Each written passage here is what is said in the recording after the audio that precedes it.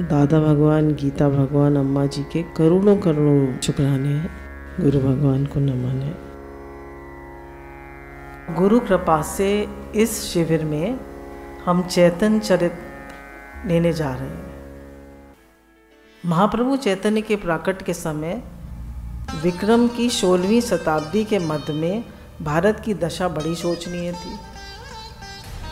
सोने की चिड़िया कहा जाने वाला भारत लगभग 500 वर्ष से मुस्लिम शासकों का कहर झेल रहा था। गजनी, गौहर, खिजली, तुर्क आदि ने भारत को केवल लूटा ही नहीं बल्कि उसकी सामाजिक और धार्मिक व्यवस्था को भी गहरी चोट पहुंचाई। बंगाल की भी बड़ी बुरी दुर्दशा थी। सर्वत्र मुसलमानों का आतंक छाया हुआ था। लोग वैदिक धर्म कर से हीन होकर नाना प्रकार के पाखंड धर्मों का आश्रय लिया करते थे। लोग जो थे वो गॉड लविंग नहीं थे, गॉड फियरिंग थे। भगवान से डरते तो थे पर भगवान से प्रेम कोई नहीं करता था। निष्कामता छोड़ सकामता छाई हुई थी। स्थान स्थान पर घोर तांत्रिक पद्धतियों का अनुष्ठान होता। बकरे भैंसे की तो बात ही क्या है, मनुष्यों तक की बलि चढ़ा दी जाती थी। अक्सर होता था ना, राजा के कोई पुत्र नहीं हो रहा तो क्या करो, मनुष्य की बलि चढ़ाओ तो राजा के पुत्र हो जाएगा। ऐसा पंडित लोग बता देते थे। बंगाल में नवद्वीप उस समय विद्या का केंद्र यानी ऑक्सफोर्ड और कैम्ब्रिज बना हुआ था। विद्या और संस्कृत का यहाँ बड़ा आदर था, पर विद्या के श्रेष्ठ फल भक्ति का नितांत अभाव था। ज्ञान के सूखे तर्क, वाद और विवाद में हर समय बिताने में लोग अपना गौरव मानते। दिन रात जगत मिथ्या तो करते, पर अगर कोई रास्ते में चलते कोई छू भी जाता तो क्या कहते, अछूत है, अछूत है, अछूत है। उससे छूने से भी डरते, उसकी परछाई से भी कोई छू जाए तो उससे भी परेशान हो जाते। और वैसे जगत मिथ्या करते, और जगत मिथ्या तो करते पर मांस, मदिरा, मैथुन इसमें लगे रहते। बंगाल के ब्राह्मण, क्षत्रिय और वैश्य अधिकतर शक्ति के उपासक थे। शक्ति के उपासक कौन? देवी के उपासक। वैष्णव को देख उनकी खिल्ली उड़ाते, भक्तों को देख उनकी मजाक बनाते। भक्ति करना मूर्खों और अनपढ़ों का काम समझा जाता। भक्ति किसी को नहीं सुहाती। समाज की ऐसी दुर्दशा और भक्ति की उपेक्षा देखकर सभी वैष्णवगण बहुत दुखी रहते। इन्हीं में से एक परम वैष्णव थे अद्वैताचार्य। वो रोज भागवत का पाठ करते, पूरे शास्त्रों के ज्ञाता थे और नित्य तुलसी दल चढ़ाकर गंगा जी का स्नान करके भगवान से अवतार लेने की प्रार्थना करते कि भगवान आप अवतार लीजिए। उनकी तीव्र आराधना और पुकार ने भगवान के सिंहासन को भी हिला दिया। भक्त वांछा कल्पतरु भगवान ने साधुओं की रक्षा और दुष्टों के विनाश का निश्चय किया। पर कलयुग में असुर प्रवृत्ति, अब देखिए उन्होंने भगवान ने कहा कि अगर मैं असुरों का तो नाश करूंगा और भक्तों की रक्षा करूंगा तो क्या होगा, सब तो असुर लगे पड़े हैं, सभी मर जाएंगे, तो वे जिएगा कौन। तो भगवान ने क्या सोचा, भगवान ने सोचा कि इतने सारे असुर हैं तो क्या किया कि मैं असुरों का संहार कर देंगे तो बचेगा कौन। इसलिए भगवान ने निर्णय किया कि इस अवतार में हरि नाम संकीर्तन रूपी अस्त्र से वे आसुरों की आसुरी प्रवृत्ति का ही नाश कर देंगे। बोलिए भक्तवत्सल भगवान की जय। प्रादुर्भाव। श्री चैतन्य महाप्रभु के पिता थे जगन्नाथ मिश्र। उनकी पत्नी शची देवी नीलांबर चक्रवर्ती की कन्या थी। शची देवी के गर्भ से पहले 8 कन्याओं का जन्म हुआ। जन्म के साथ ही उन कन्याओं का स्वर्गवास हो गया। कुछ समय पश्चात एक पुत्र रत्न का जन्म हुआ जिसका नाम मिश्र जी ने विश्वरूप रखा। विश्वरूप की अवस्था 9-10 वर्ष की ही रही होगी कि तभी शची देवी के फिर से गर्भ रहा। सन 1486 के फागुन की पूर्णिमा यानी होली का शुभ दिवस है। पूर्ण चंद्र ग्रहण भी है। इस पुण्य अवसर पर गंगा स्नान के लिए नवद्वीप में सभी घाटों पर स्त्री पुरुष की पूरी भीड़ लगी हुई है। पूरी भीड़ ही भीड़ है गंगा स्नान करने के लिए सभी स्त्री पुरुषों की। इस महान आनंद के समय में नाम अवतार श्री गौरंग देव जी का प्रादुर्भाव हुआ। बोलिए नाम अवतार श्री चैतन्य महाप्रभु की जय।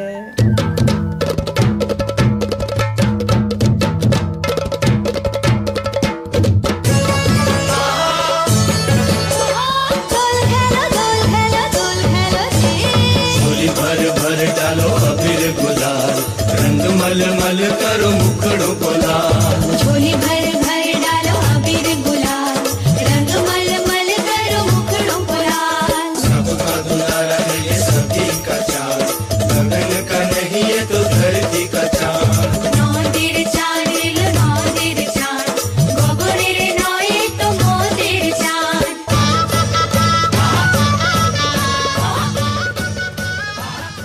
पहले पहले ये रोते बहुत थे।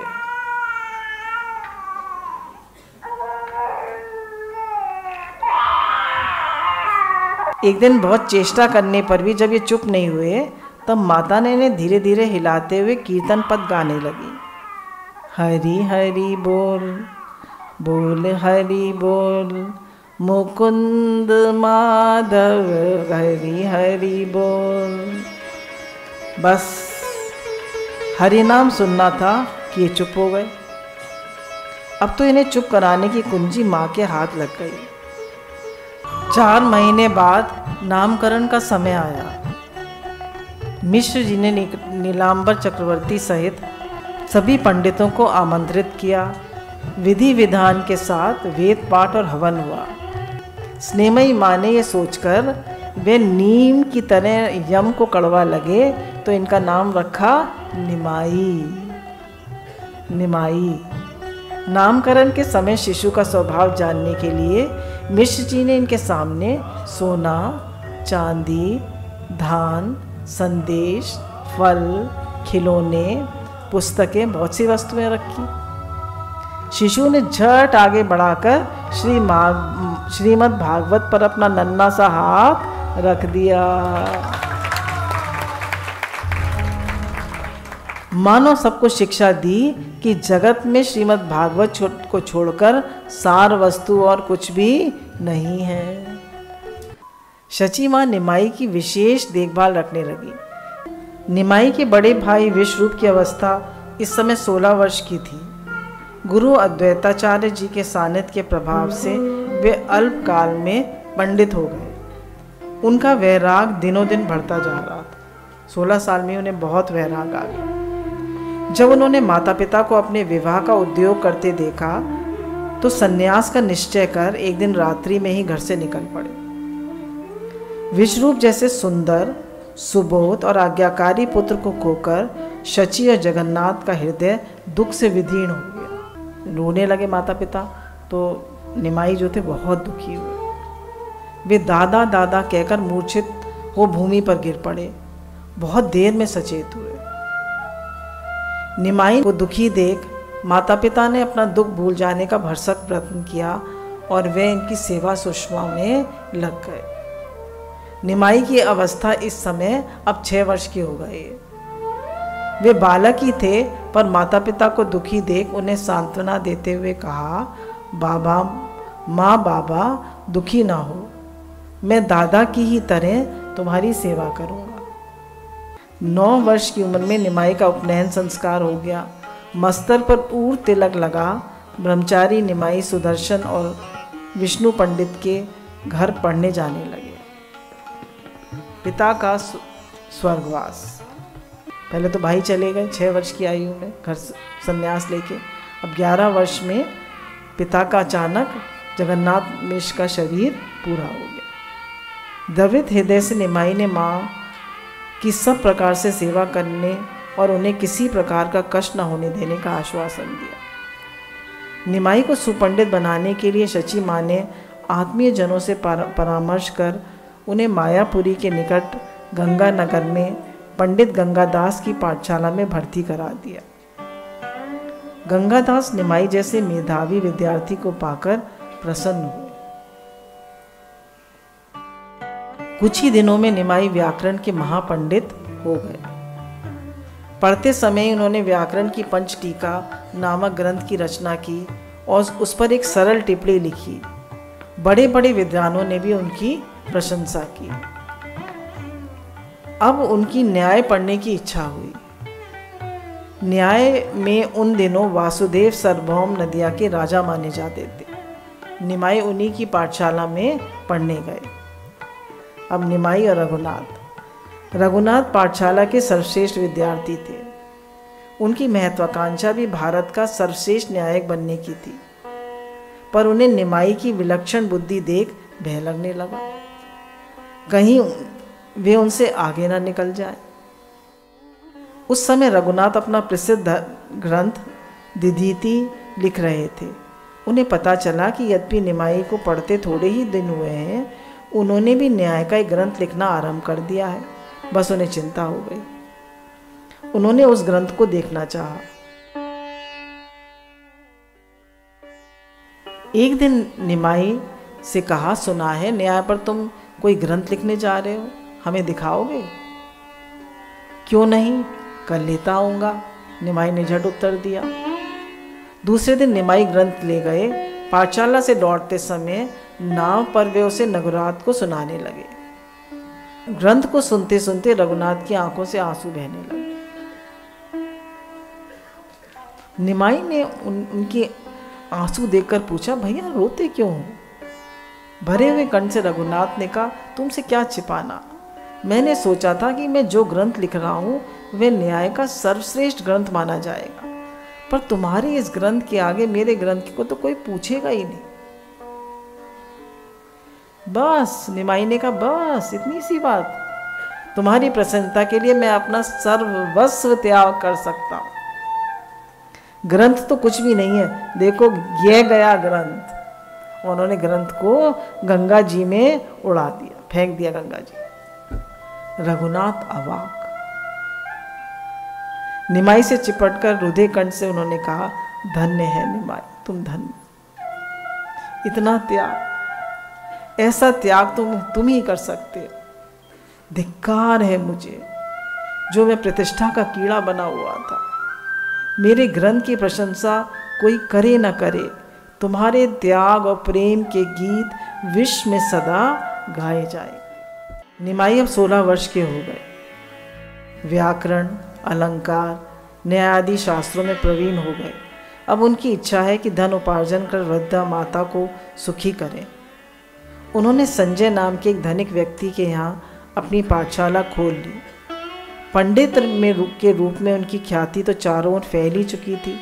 उनकी पाठशाला खूब चल पड़ी।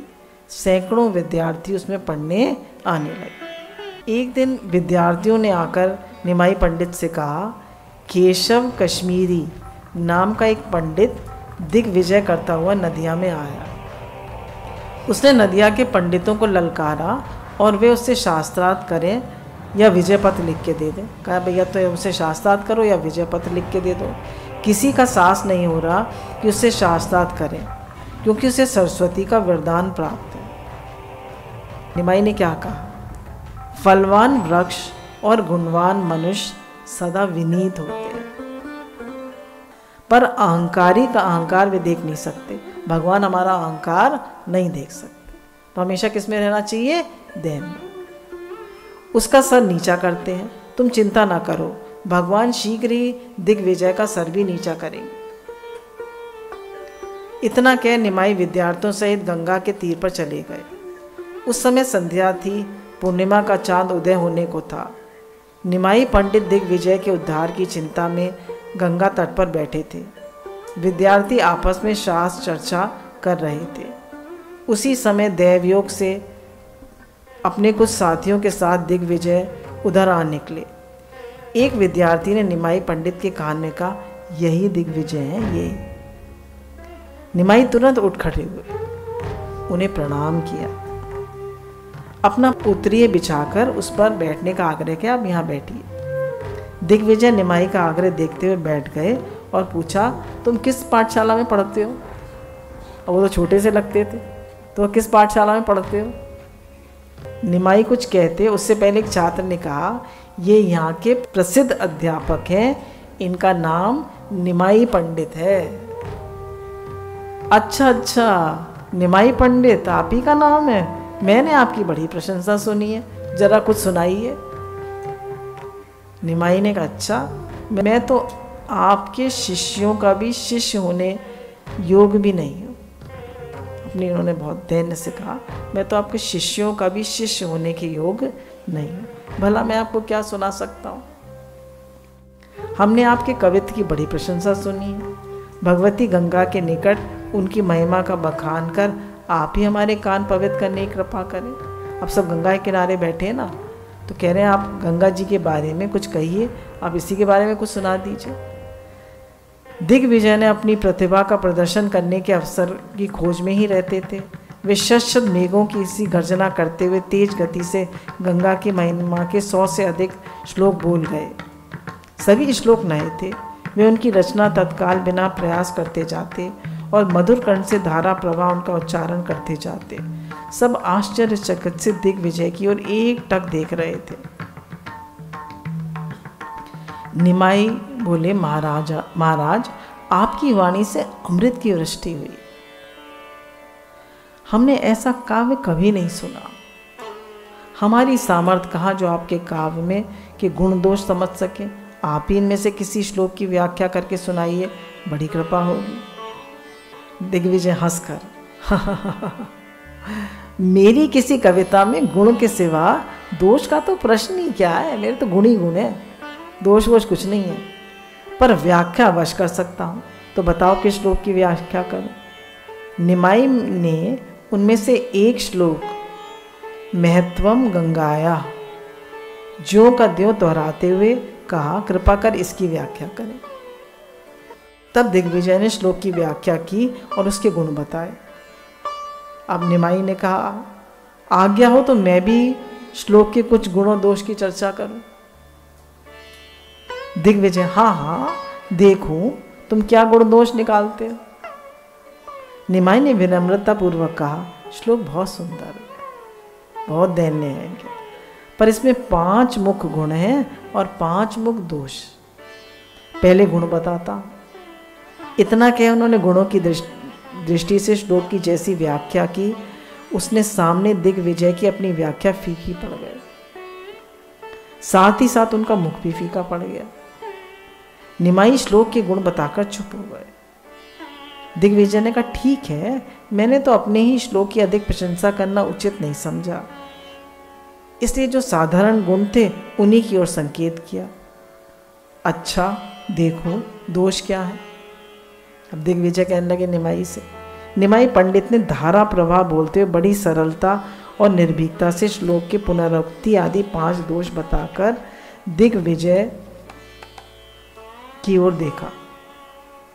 दिग्विजय नीचा मुंह किए चुपचाप सुनते रहे, प्रतिवाद में एक शब्द भी ना कह सके। ये देख विद्यार्थी ताली पीटकर हंसने लगे। निमाई ने उन्हें डांट दिया, चुप रहो। और दिग्विजय ने कहा, अब रात्रि अधिक हो गई, आप पधारें। देखा ना, सब बच्चे मजाक बना रहे, तुमने कहा आप चलिए। मैंने तो जो कुछ कहा उसे मेरा बाल चापल्य समझकर भूल जाए। गुण दोष तो सर्वत्र होते ही, सृष्टि में गुण दोष तो सर्वत्र होते हैं। क्या कालिदास भवभूति आदि के काव्य में दोष नहीं? हमें आपका काव्य सुनकर बड़ी प्रसन्नता हुई। आपके ऊपर सचमुच सरस्वती की अपार कृपा है। इतना कहकर निमाई विजयी सम्राट की तरह छात्रों के साथ खेलते कूदते चल दिए। तो मस्त है अपना। दिग्विजय नीचा सिर किए धीरे धीरे अपने स्थान को चले गए। रात भर दिग्विजय सोचते रहे, मैंने सरस्वती मंत्र का इतना जप किया, सरस्वती ने प्रसन्न हो मेरी जिह्वा पर सदा विराजमान रहने का वर दिया। आज सरस्वती कहाँ चली गई? क्या मुझसे कोई अपराध हो गया? सरस्वती मंत्र का जप करते करते वे सो गए। स्वप्न में सरस्वती माँ ने उनसे कहा, निमाई पंडित से पराजित हो, तुम्हें आज ही तो मेरे मंत्र का फल मिला है। उन्हें मनुष्य न जानना, वे साक्षात भगवान। मैं उन्हीं की स्वरूप शक्ति पराविद्या की छाया हूँ, तुम उन्हें आत्मसमर्पण कर जीवन सफल करो। दूसरे दिन प्रातःकाल होते ही दिग्विजय निमाई के घर गए। उनके चरणों में गिरकर बोले, प्रभु, मान प्रतिष्ठा की नाली में पड़े कीट का उद्धार करें। मान प्रतिष्ठाएं पड़े हुए थे ना, तो जब भी हम मान प्रतिष्ठा में पड़े रहते हैं तो हमें बार बार दुख होता है कि मेरा मान नहीं हुआ, मेरा मान नहीं हुआ। मान एक ऐसा कीड़ा है जो हमें हमेशा दुखी करता रहता है। तो मान की इच्छा हम लोग कभी ना रखें। बस भगवान की सेवा हो रही है, गुरु की सेवा हो रही है, ऐसा समझें। प्रभु अब मुझसे वंचित ना करें, मुझे माता सरस्वती ने सब कुछ बता दिया है। मेरी गति आपके चरणों को छोड़कर और कहीं नहीं है। दिग्विजय फूट फूट कर रोने लगे। निमाई बोले, पंडित राज, सरस्वती का कृपा आशीर्वाद ग्रहण कर अब आप वेदों में कही पराविद्या का अनुशीलन करें। भक्ति ही पराविद्या है, विद्या की पराकाष्ठा है। इसे प्राप्त कर जीव तृण से भी अधिक सुनीच और अभिमान शून्य हो जाता है। भक्ति से ही हमारे अंदर दैन्य आता है। राज सुख, भोग सुख, मुक्ति सुख सब पराविद्या के सुख के आगे तुच्छ है। ले जब हम भगवान के प्रेम में रोते हैं, भगवान से हमारा प्रेम होता है, तो जो उसमें सुख मिलता है, उस सुख के आगे सारे सुख बेकार। दिग्विजय ने उसी क्षण वैराग हो गया और वे अपने हाथी, घोड़े और अन्य साथ सामान सर्व साधारण में बांटकर साथियों को विदा कर भगवत चिंतन के लिए वृंदावन चल दिए। निमाई पंडित की ख्याति दिग्विजय की विजय के रूप में देश विदेश में फैल गई। इसके बाद उन्होंने पूर्व बंगाल की यात्रा करी। निमाई ने अर्थ उपार्जन के बहाने अपने पूर्वजों के देश पूर्व बंगाल जाकर भक्ति का खूब प्रचार किया। 2 वर्ष बाद जब वो नवद्वीप लौटे, निमाई ने फिर से अध्यापन कार्य आरंभ कर दिया। राज पंडित श्री सनातन मिश्र नवद्वीप के एक धनी मनी व्यक्ति थे। विष्णु प्रिया नाम की एक बड़ी रूपवती, सुशील और भक्तिमती कन्या थी। सारा दिन घर में ठाकुर सेवा में रत रहती। सनातन मिश्र उनके लिए उपयुक्त वर की खोज में थे। निमाई पंडित से अधिक उपयुक्त वर उनके लिए और कौन हो सकता था। विष्णु प्रिया को स्वप्न में दर्शन देके निमाई पहले ही उनके हृदय में प्रवेश कर चुके थे। सब चीज़ें प्लान्ड है ना। जब वे गंगा स्नान करने जाती तो शची माँ को देखकर उन्हें भक्ति पूर्वक प्रणाम करती। शची माँ का मन करता कि उसे अपने बहू बना ले। शची माँ की मंशा जानकर एक दिन काशी मिश्र ने सनातन मिश्र जी से जाकर कहा। सुनते ही सनातन मिश्र खुशी से उछल पड़े और कहा, आप शीघ्र जाकर शची देवी से कहें कि वे मेरी कन्या को स्वीकार कर मुझे और मेरे सारे परिवार को कृतार्थ करेंगे। तैयार हो गए उनके जो सनातन मिश्र जी। बड़ी धूमधाम से निमाई पंडित का विवाह हुआ और शुभ मुहूर्त में बहुत से बहुमूल्य दहेज, दान, दहेज और नववधु के साथ निमाई ने घर में प्रवेश किया। शची माँ ने आगे बढ़कर वधु को गोदी में ले उसका बार बार चुंबन किया और आत्महारा होकर आंगन में नृत्य किया। बोलिए विष्णु प्रिया प्राणधन श्री चैतन्य महाप्रभु की जय। विष्णु प्रिया की जय, चैतन्य महाप्रभु की जय। गया यात्रा और दीक्षा। विष्णु प्रिया का स्वभाव हंसमुख है, वे सुशीला हैं, घर के काम में चतुर हैं और अत्यंत ही पतिपरायणा है। अपने पति को ही सब कुछ समझती है। पर सब कुछ होते हुए भी निमाई का चित्त अब उदास ही रहता है। वे अपने में एक विशेष अभाव सा अनुभव करने लगे। जी चाहता है कहीं चलकर अपनी प्रिय वस्तु ले आए। इसलिए निमाई की इच्छा तीर्थ भ्रमण की हुई। एक दिन निमाई ने माँ से कहा, माँ, पिताजी के श्राद्ध के लिए गया जाना है, आप अनुमति दीजिए। उन्होंने गया जाने की अनुमति दे दी। चंद्रशेखर आचार्य को उनके साथ कर दिया। कई छात्र भी उनके साथ हो लिए, बहुत सारे बच्चे भी गए। सभी साथियों के साथ प्रेम से श्री कृष्ण कीर्तन करते हुए निमाई मंदार पर्वत पहुंचे। वहां मधुसूदन भगवान के दर्शन किए। अब निमाई सभी साथियों के साथ आगे बढ़ते हुए गया पहुंचे। ब्रह्मकुंड में स्नान और पितृ श्राद्ध आदि करके निमाई अपने साथियों के साथ चक्रवेड़ा के भीतर विष्णु भगवान के चरण चिन्हों का दर्शन करने गए। चरण चिन्हों के चारों ओर विप्रगण चरणों को महात्म वर्णन करते हुए कह रहे थे, हे भाग्यवान भक्तगण, देखिए ये वे ही चरण हैं जिनका दर्शन करके जीव यम पाश से मुक्त हो जाता है। उन चरणों का साक्षात दर्शन करें। पंडों के मुख से विष्णु चरण के चिन्हों की महिमा सुनते ही निमाई आत्म विस्मृत हो गए। शरीर का होश ही नहीं रहा। प्रेम उद्रेक से विवल हो उनका शरीर थर-थर कांपने लगा। होठ हिलने लगे। नेत्रों से निरंतर अश्रुधार बहने लगी। चेहरे से भारी तेज निकल रहा था। वे एकटक चरण चिन्हों की ओर निहार रहे थे। मूर्छित हो गिरने ही जा रहे थे कि संयोगवश उसी समय ईश्वरपुरी जी वहां आ पहुंचे। उन्हें संभाल लिया।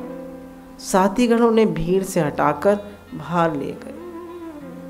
कुछ क्षण में बाह्य ज्ञान होने पर ईश्वरपुरी जी को सामने देख निमाई ने उन्हें प्रणाम करते हुए कहा, भगवान, आज मेरी गया यात्रा सफल हुई जो आपके दर्शन हुए।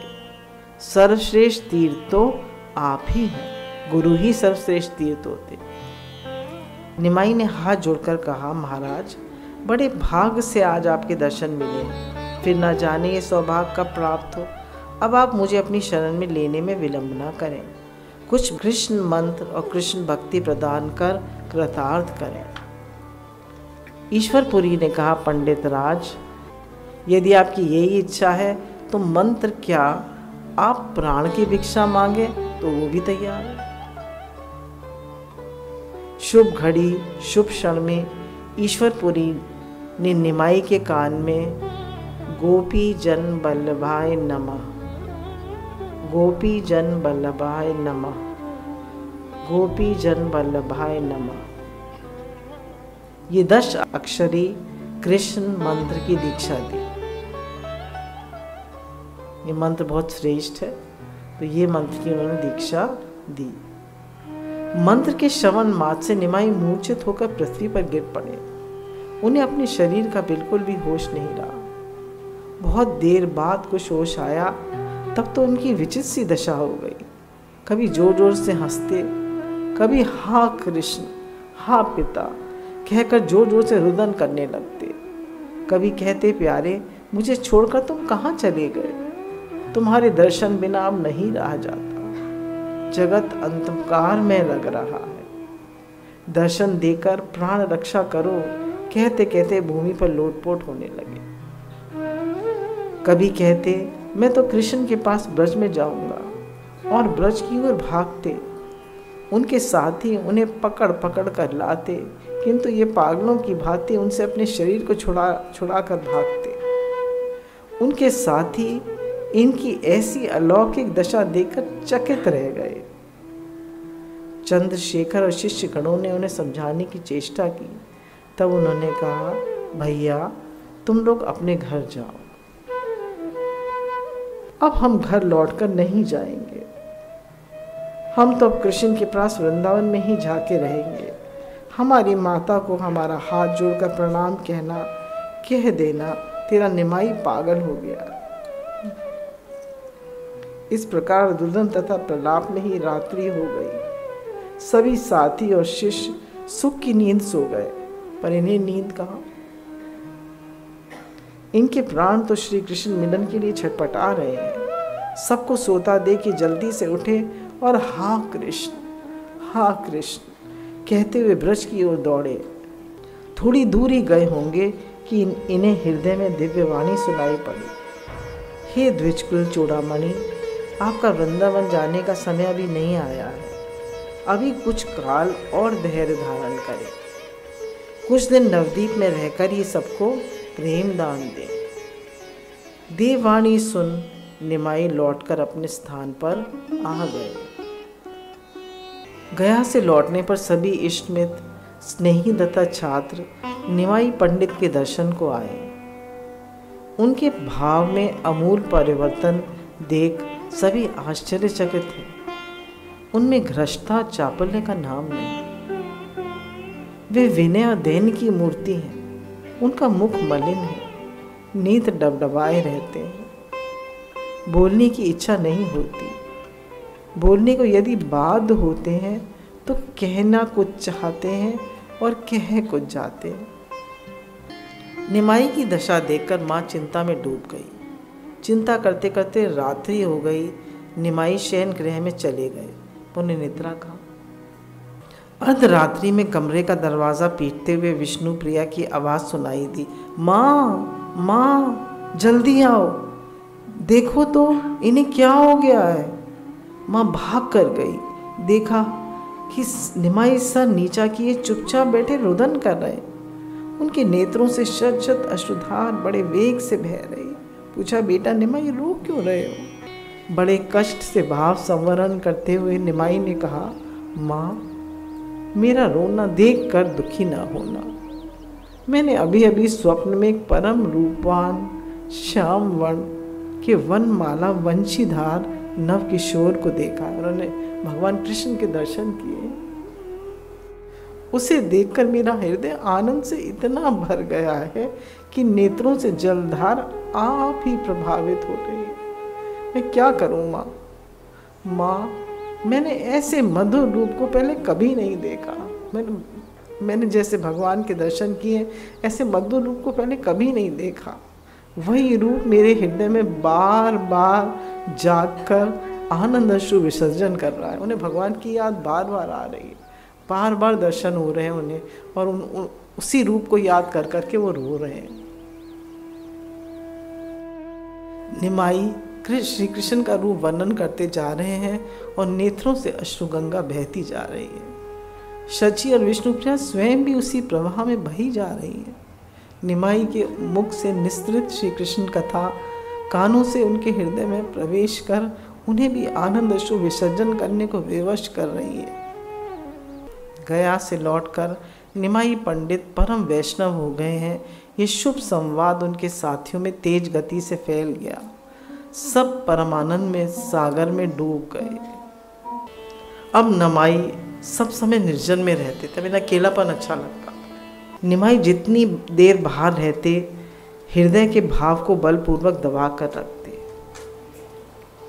घर आते ही वह उफन पड़ता, श्री कृष्ण हा कृष्ण हा कृष्ण कह व्याकुल हो उठते। आंसुओं की झड़ी रोके नहीं रुकती। माँ सांत्वना देने की चेष्टा करती तो उसका कोई फल नहीं होता। उनके शब्द निमाई के कान में प्रवेश ही नहीं करते भी हैं तो वे या तो चुप रहते हैं या कुछ उत्तर देते हैं। ये निमाई के नव अनुराग की अवस्था थी। धीरे धीरे निमाई ने भाव को किसी हद तक नियंत्रित कर श्रीवास पंडित के आंगन में संकीर्तन आरंभ किया। हरिहराय नमः कृष्ण जादवाय नमः जादवाय माधवाय केशवाय नमः। हरिहराय नमः कृष्ण जादवाय नमः जादवाय माधवाय केशवाय नमः। हरिहराय नमः कृष्ण जादवाय नमः जादवाय माधवाय केशवाय नमः। हरिहराय नमः कृष्ण जादवाय नमः जादवाय माधवाय केशवाय नमः। हरे कृष्ण कृष्ण कृष्ण हरे हरे, हरे राम राम राम हरे हरे। हरे कृष्ण कृष्ण कृष्ण हरे हरे, हरे राम राम राम हरे हरे। हरि बोल हरि बोल हरि बोल हरि बोल हरि बोल हरि बोल हरि बोल हरि बोल। निताय गौर हरि बोल हरि बोल हरि बोल हरि बोल। निताय गौर हरि बोल हरि बोल हरि बोल हरि बोल।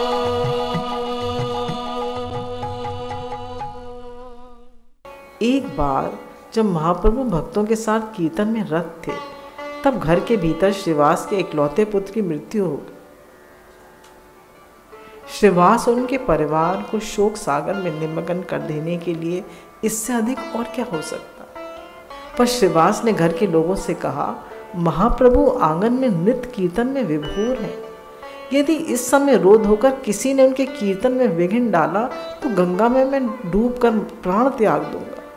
ये रोने धोने का समय नहीं है, उत्सव मनाने का अवसर है। जो महाप्रभु के मुख से हरे नाम संकीर्तन सुनते सुनते प्राण त्यागे, उसके लिए इससे बढ़कर भाग्य की बात और क्या हो सकती है। स्त्रियों का रोना धोना बंद करा श्रीवास आंगन में जाकर महाप्रभु के साथ आनंद पूर्वक कीर्तन करने लगे। कीर्तन के पश्चात महाप्रभु ने बोले, न जाने क्यों आज मेरा मन कीर्तन में नहीं लग रहा है, क्या कुछ अमंगल हुआ है। किसी भक्त ने कहा, प्रभु श्रीवास के पुत्र की मृत्यु हो गई है, तब से 2.5 प्रहर बीत चुका है, कीर्तन में विघ्न न पड़े इसलिए श्रीवास ने इसको प्रकट नहीं किया। इतना सुनते ही प्रभु की दोनों आंखों से अशुद्ध धार बहने लगी। गदगद कंठ से कहा, श्रीवास आपने आज श्री कृष्ण को खरीद लिया। ओहो, इतनी भारी दृढ़ता। इकलौते पुत्र को भीतर मना छोड़कर आप उसी प्रेम से कीर्तन कर रहे हैं। धन्य है आपके कृष्ण प्रेम को, धन्य है आप। इतने में ही कुछ भक्त मृत पुत्र के शरीर को आंगन में उठा लाए। प्रभु उसके सिनारे बैठ गए, अपने कोमल कर से उसका स्पर्श करते हुए पूछा। अब उसके जीव से पूछ रहे हैं, क्यों जीव, तुम कहाँ हो? अपने पिता को छोड़कर क्यों चले गए? प्रभु का दिव्य स्पर्श पाकर वह जीव शरीर में आ पहुंचा, कहने लगा, प्रभु कौन किसका बेटा, कौन किसका बाप। विधि अनुसार सब अपना अपना कर्म फल भोगने आते हैं, भोग शेष होने पर चले जाते हैं। मेरा भोग पूरा हो गया था, इसलिए मैं अभिष्ट आपके धाम में जा रहा हूँ। मेरा प्रणाम स्वीकार कर मुझे विदा करो। इतना कहकर मृत शरीर पहले की तरह शांत हो गया। जीव का ऐसा उत्तर सुनकर माता और अन्य सभी का शोक दूर हो गया। प्रभु ने कहा, सुनो श्रीवास, आज से संसार का कोई भी दुख तुम्हें तो क्या, जिसने तुम्हारा दर्शन किया उस तक को भी नहीं व्यापे। तुम्हारा पुत्र तुम्हें छोड़कर गया हो तो क्या, मैं और नित्यानंद तुम्हारे 2 पुत्र हैं जो तुम्हें कभी नहीं छोड़ेंगे। प्रभु ने स्वयं भक्तों के साथ श्रीवास के मृत पुत्र को गंगा तट ले जाकर उसका अंतिम संस्कार किया। उसी समय निमाई की एक अलौकिक शक्ति प्रकाश में आई। लोगों ने जान लिया कि श्री कृष्ण प्रेम एक अलौकिक वस्तु है और नमाई उसके भंडारी है। वे जिसे चाहें इसका दान कर सकते हैं। जिसने भी इनसे कृष्ण प्रेम की भिक्षा मांगी वही प्रेम में उन्मत्त हो उठा। इस प्रकार संकीर्तन में कृष्ण दीवानों की संख्या बढ़ती गई। हरे कृष्ण कृष्ण कृष्ण हरे हरे, हरे राम राम राम हरे हरे। हरे कृष्ण कृष्ण कृष्ण हरे हरे, हरे राम राम राम हरे Krishna Hare Krishna Krishna Krishna Hare Hare Hare Rama Hare Rama Rama Rama Hare Hare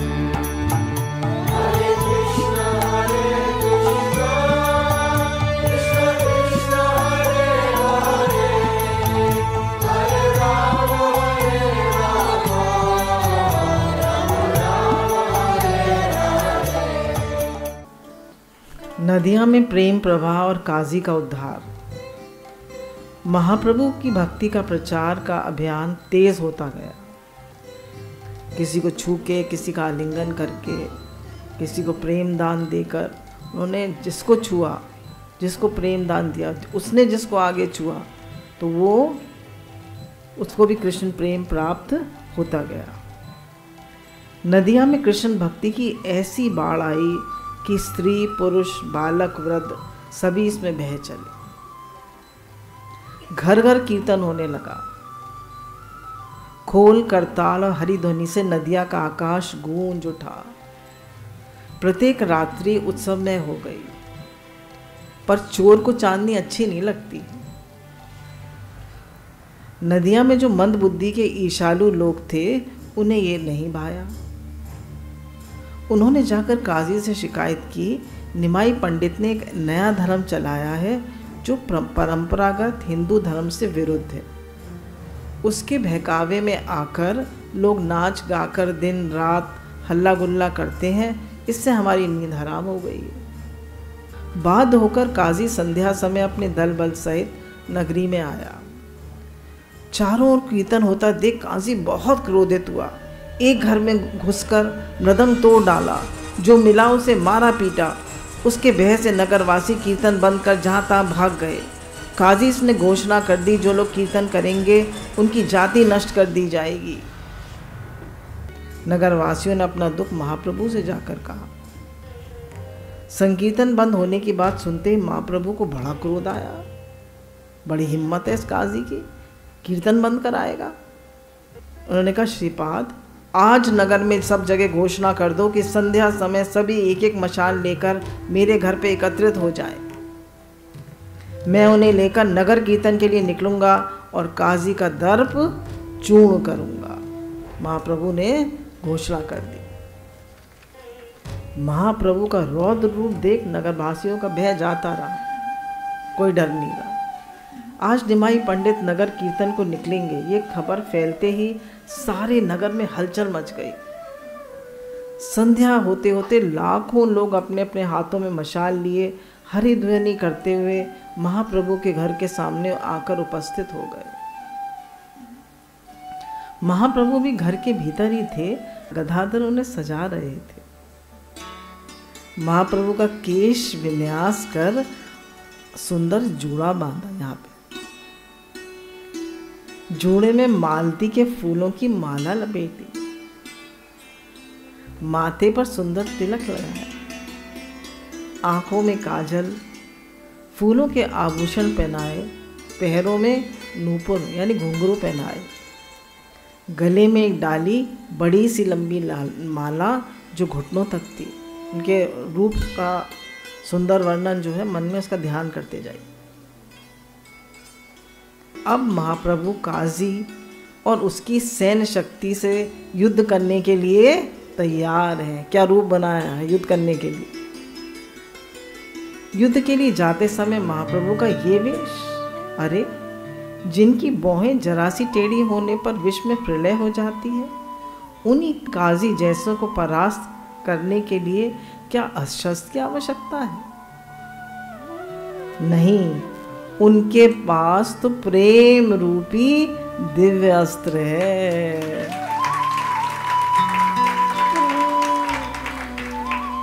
जो शत्रु की शत्रुता का ही नाश कर उसे अपने वश में कर लेने की अद्भुत शक्ति रखता है।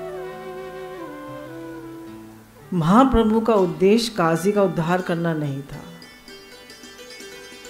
उनका मुख्य उद्देश्य था काजी का उद्धार करने के बहाने नदिया में जन जन में संकीर्तन का प्रचार करना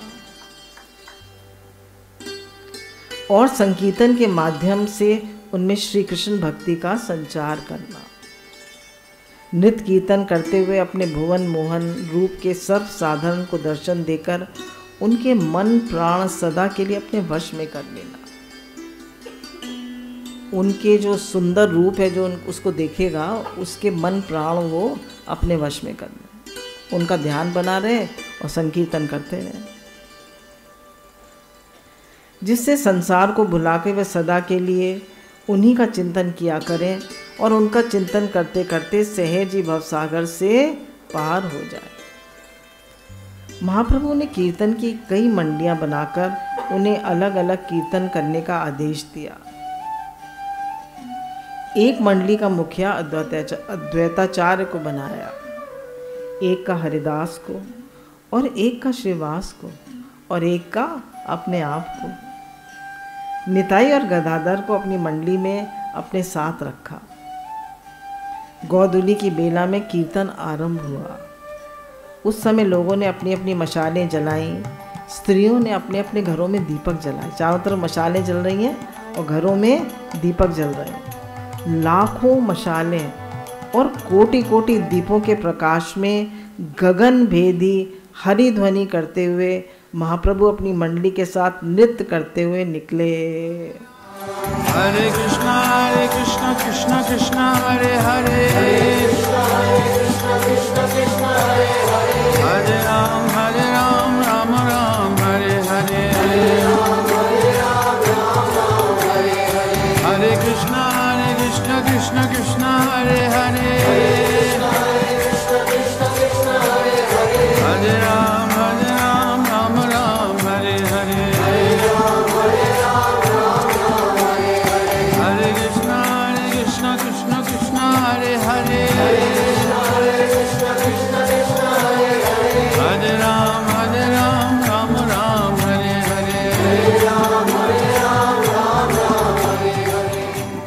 बोलिए नाम संकीर्तन की जय, नाम महाराज की जय। महाप्रभु संकीर्तन के साथ मधुर नृत्य करते जा रहे हैं। लग रहा है जैसे आकाश का चांद भूतल पर उतरकर नृत्य कर रहा हो। उनका नृत्य देखकर दर्शकों का भी हृदय नाच रहा है। जब जुलूस काजी के महल के निकट पहुंचा तब लोगों को काजी का ध्यान आया। कुछ लोग चीख पड़े, काजी को मारो, लूटो, फूंक दो इसके महल को। ये सुनकर काजी के तो प्राण ही सूख गए। थोड़ी ही देर में भय से कांपते हुए प्रहरियों ने आकर काजी से कहा, सरकार, निमाई पंडित ने असंख्य लोगों की फौज के साथ आपके ऊपर आक्रमण कर दिया है। उसके लोग आपका बगीचा उजाड़ रहे हैं, पेड़ों की डालें तोड़ तोड़कर सैनिकों को मार रहे हैं। सैनिक भय के मारे अपने अस्त्र फेंक कर भाग रहे हैं। कुछ सैनिक तो उसी के दल में मिलकर उच्च स्वर से नाम संकीर्तन कर रहे हैं। काजी क्या करता, और कोई उपाय न देख वे अंतःपुर में जा छपा, डर के मारे जाके छिप गए। इधर महाप्रभु कीर्तन में मत थे। जब उन्हें पता चला कि लोगों ने तोड़फोड़ और मारधाड़ मचा रखी है तो कीर्तन बंद कर लोगों में शांत रहने को कहा। फिर 2-4 संभ्रांत लोगों को भीतर जाकर काजी को बुला लाने को कहा। उन लोगों ने जाकर किसी प्रकार काजी का भय दूर किया और उसे लेकर बाहर आए।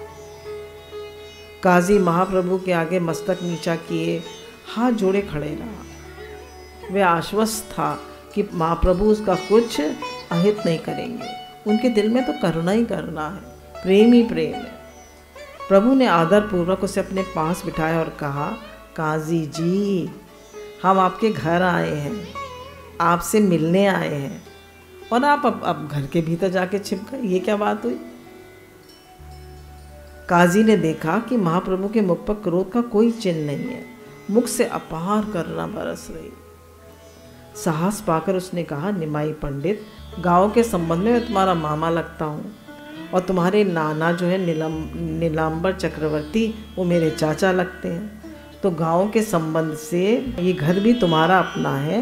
तुम अपने घर में आए हो ये जानकर मैंने तुम्हारा कोई स्वागत नहीं किया। अपने घर में बच्चे आते हैं तो उनका कोई स्वागत होता है? पर मैंने तुम्हारा कीर्तन बंद किया, इसलिए तुम्हारे सामने आने का साहस नहीं कर रहा था। मामा का दोष भांजा नहीं लिया करता, इसलिए तुम मुझे क्षमा कर। महाप्रभु ने कहा, मामा जी मैं एक बात जानता हूँ, पहले आपने कीर्तन में बहुत बाधा डाली, पर आज जबकि आप जानते थे कि नगर संकीर्तन करता हुआ आपके पास आऊँगा, फिर भी आज आपने कीर्तन में कोई बाधा नहीं दी, क्यों? काजी बोला, इसका एक विशेष कारण है। जिस दिन मैंने नगर में जाकर कीर्तन में बाधा डाली और कीर्तन करने वालों की मृदंग फोड़ डाली, उसी दिन रात्रि में मैंने एक भयानक स्वप्न देखा। मैंने देखा कि नर रूपी सिंह मेरी छाती पे चढ़कर अपने पैने नाखूनों से मेरी छाती फाड़ डाल रहा है। मैंने ये भी देखा कि जिन जिन सिपाहियों को मैंने कीर्तन में बाधा देने को भेजा था, उनमें से कई तो हरि हरि कृष्ण कृष्ण कह के नाच रहे हैं। चेष्टा करने पे भी उनसे हरिनाम छूट नहीं रहा, नहीं छोड़ पा रहे हरिनाम को। ये देख मैंने समझ लिया कि कीर्तन के इस अभियान के पीछे ज़रूर कोई ईश्वरीय शक्ति काम कर रही है, इसमें बाधा देना ठीक नहीं। तभी मैंने आज कीर्तन में बाधा नहीं दी। उसने कहा ईश्वरीय शक्ति काम कर रही है तो मैं इसमें बाधा नहीं दूँ। काजी ये कहता जा रहा है और महाप्रभु की मनमोहिनी छवि को निहारता जा रहा है। बोल तो रहा है पर उनकी सुंदर छवि को निहारता जा रहा है। देखते देखते उसका सर्वांग आनंद से परिपूर्ण हो गया। उसकी मति शुद्ध हो गई। प्रभु के चरणों में गिरकर वह कातर स्वर में बोला, प्रभु मैंने जान लिया कि हिंदू जिसे नारायण कहते हैं वे तुम ही हो, मुझे क्षमा कर दो। मेरे ऊपर ऐसी कृपा करो कि तुम्हारे चरणों में मेरी भक्ति हो। महाप्रभु ने उसे स्थिर करते हुए कहा, मामा जी मैं आपसे ये भिक्षा चाहता हूँ कि आप कीर्तन में कभी बाधा न दें। काजी ने कहा, प्रभु आप क्या कह रहे हैं? मैंने तो पहले ही संकल्प कर लिया है कि मैं कीर्तन में बाधा नहीं दूंगा। मेरा तो क्या, मेरे वंशज तक, मेरी आने वाली पीढ़ियां तक कीर्तन में बाधा नहीं देंगी। ये सुनते ही महाप्रभु उठकर संकीर्तन व नृत्य करते हुए वहाँ से चल दिए। अब देखिए ध्यान देने की चीज़ है, श्री कृष्ण ने तो अपने मामा कंस की हत्या की थी ना, परंतु महाप्रभु ने अपने मामा को प्रेम दान देकर धन्य किया। बोलिए श्री चैतन्य महाप्रभु की जय।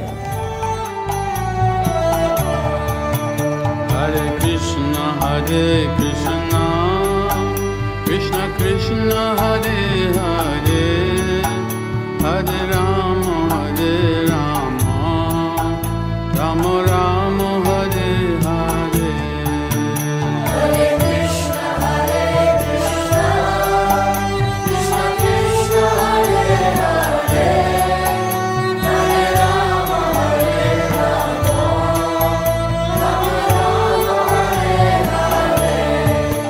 काजी के उद्धार के बाद प्रभु की प्रकृति में एकदम परिवर्तन दिखाई देने लगा। अब उनका चित्त संकीर्तन में नहीं लगता, अब उनको संकीर्तन अच्छा नहीं लगता। भक्त ही मिलकर कीर्तन किया करते। अब प्रभु पहले की भांति भक्तों के साथ घुल मिलकर बातें भी नहीं करते। अब तो उनकी विचित्र सी दशा थी। कभी वे अपने आप ही रुदन करने लगते और स्वयं ही खिलखिलाकर हंस पड़ते, कभी रोते कभी हंसते। वे घर बार इश्क मित्र से पहले ही उदासीन थे, उन्हें पहले ही कुछ अच्छा नहीं लगता था, उन्हें सिर्फ भगवान का प्रेम अच्छा लगता था। पर इस घटना से उनकी उदासी और भी अधिक बढ़ गई। अब उन्हें संकीर्तन के कारण फैली हुई अपनी देवव्यापी कीर्ति काटने के लिए दौड़ती हुई दिखाई देने लगी। उनकी जो इतनी कीर्ति थी उन्हें अच्छी नहीं लगी। उन्हें घर बार कुटुंब परिवार धर्म पत्नी और माता से एकदम वैराग हो गया। अब उनका मन महान त्याग के लिए तड़पने लगा। यद्यपि महाप्रभु घर में रह के ही लाखों नर नारियों का कल्याण कर रहे थे, किंतु इतने से भी वे संतुष्ट होने वाले नहीं थे। उन्हें तो भगवान नाम को विश्वव्यापी बनाना था। फिर वे अपने को नवदीप का ही बनाकर कैसे रख सकते थे। सन्यास से पूर्व निमाई पंडित सन्यासी होंगे, ये बात सारे नगर में आग की तरह फैल गई। शची माँ ने सुनी तो उनका कलेजा जैसे फटने को आया। निमाई को अकेले में पाकर माँ उनके पास जा बैठी। थोड़ी देर उनके मुख की ओर देखती रही, फिर बोली, तुम जाओ तो विश्वरूप की तरह निष्ठुरता ना करना। विश्वरूप चले गए तो फिर वापस लौट के उनकी कोई खबर नहीं आई। बीच बीच में मेरे पास आते रहना और अपना संवाद भेजते रहना। इतनी दूर जाकर न रहना जो मुझे तुम्हारा संवाद भी ना मिल सके। निमाई ने कहा, माँ मैं तुम्हारे चरणों में अपराध ना करूँगा, जैसा कहोगी वैसा ही करूँगा। फिर धीरे धीरे बोले, माँ तुमसे एक गोपनीय बात कहता हूँ, जब तुम मुझे याद करोगी तुम मुझे अपने पास पाओगे।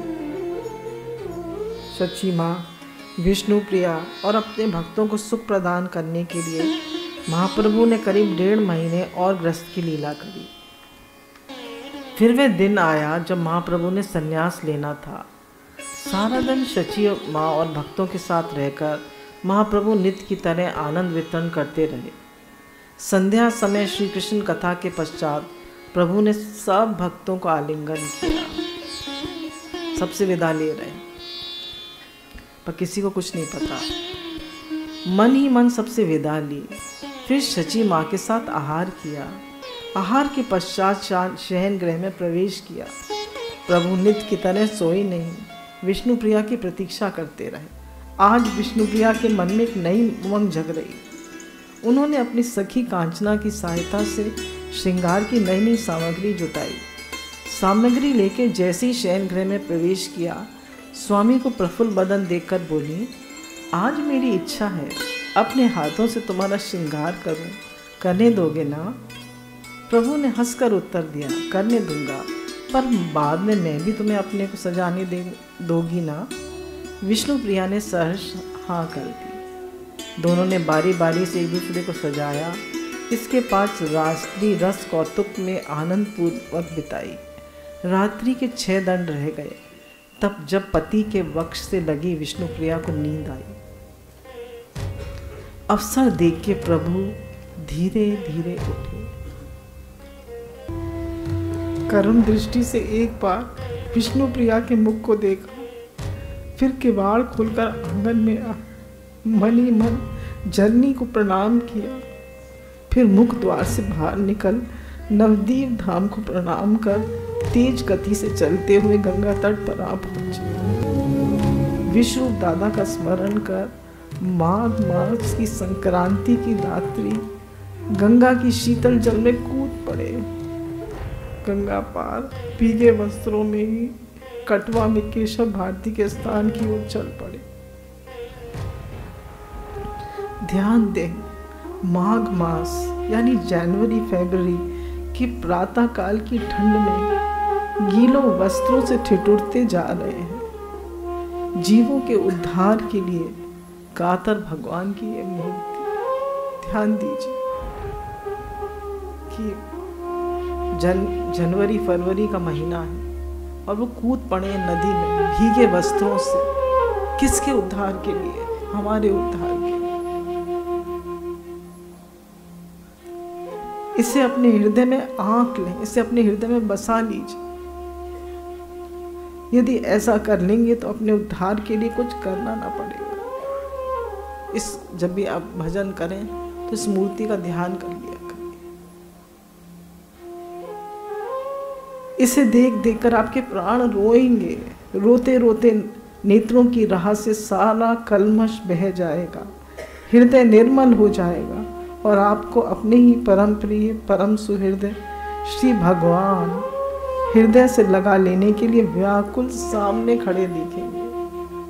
जब आपका सारा कल्मश बह जाएगा तो भगवान आपके सामने खड़े होंगे।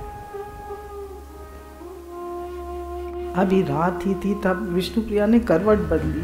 प्रियतम का सुख में स्पर्श न पाके अर्ध निद्रित अवस्था में पलंग पर इधर उधर हाथ फेंके। स्पर्श न मिला तो मृदु स्वर में बोली, तुम कहाँ हो? उत्तर न मिलने पर उठ बैठी, देखा प्रियतम नहीं है। व्याकुल हो माँ के पास भागी गई। माँ उठो, माँ उठो। हड़बड़ा कर माँ उठी। क्यों, क्या बात है? माँ, वे नहीं है, वे न जाने कहाँ चले गए। हाय सर्वनाश! माँ चीख पड़ी।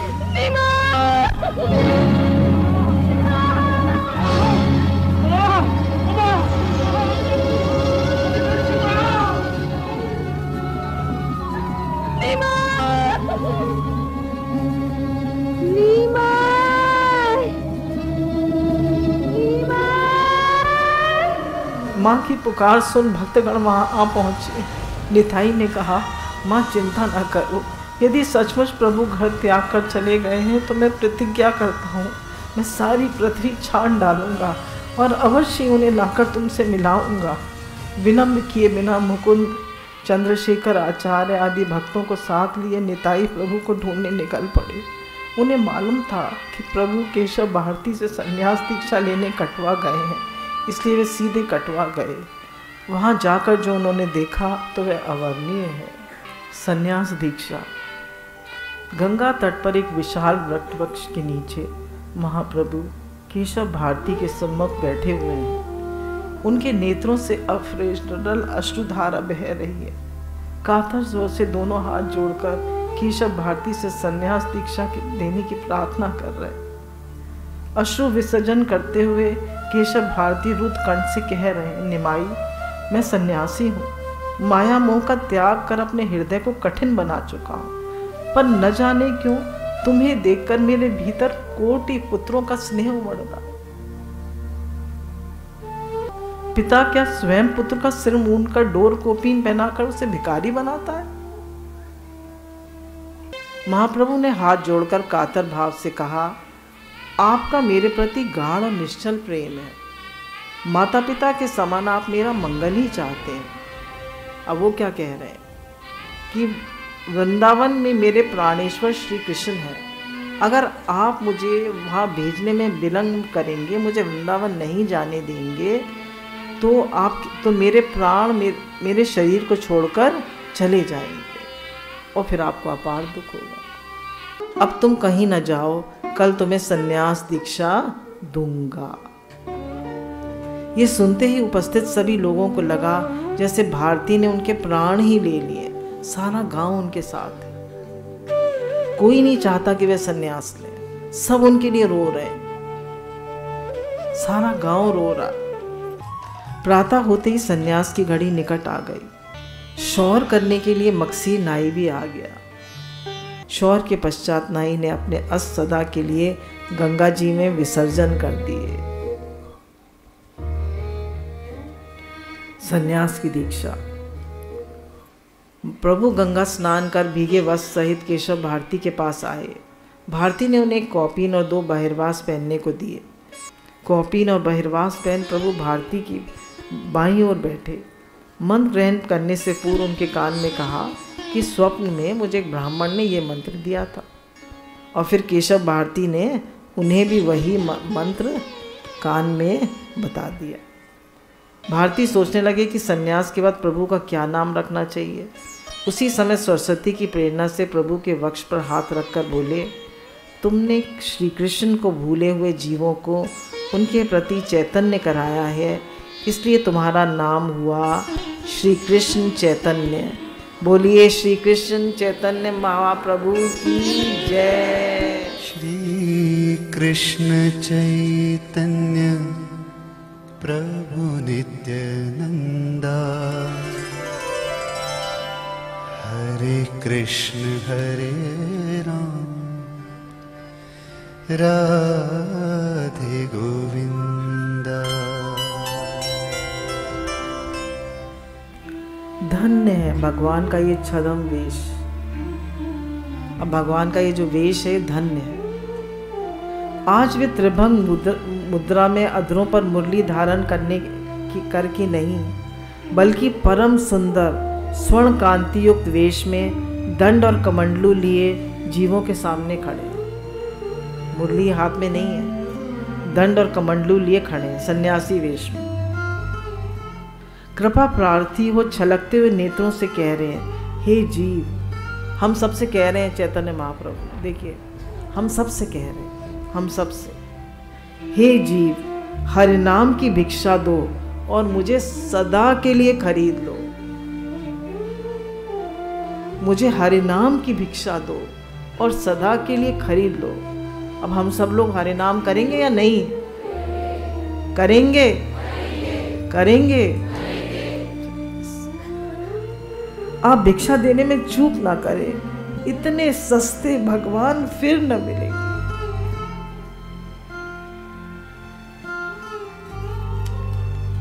हम सब लोग नाम संकीर्तन करें, बस वही भिक्षा मांग रहे हैं। वृंदावन की ओर गुरु के आदेश से श्री कृष्ण चैतन्य महाप्रभु रात में कटवा ही रुके।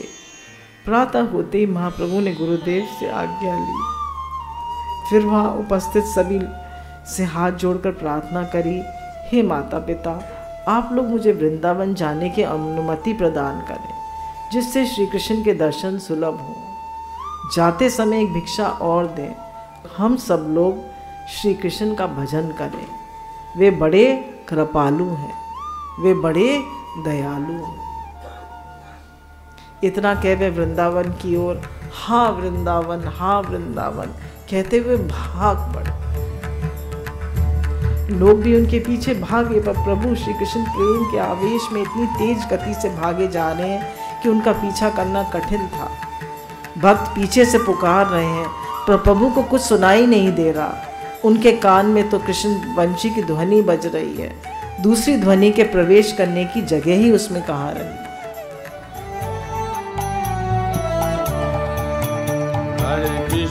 हरे कृष्ण कृष्ण कृष्ण हरे हरे, हरे Ram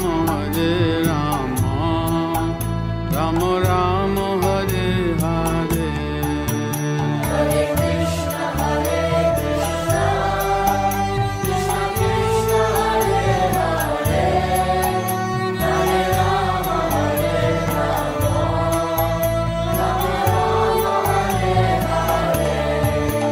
Hare Krishna, Krishna Krishna Hare Hare,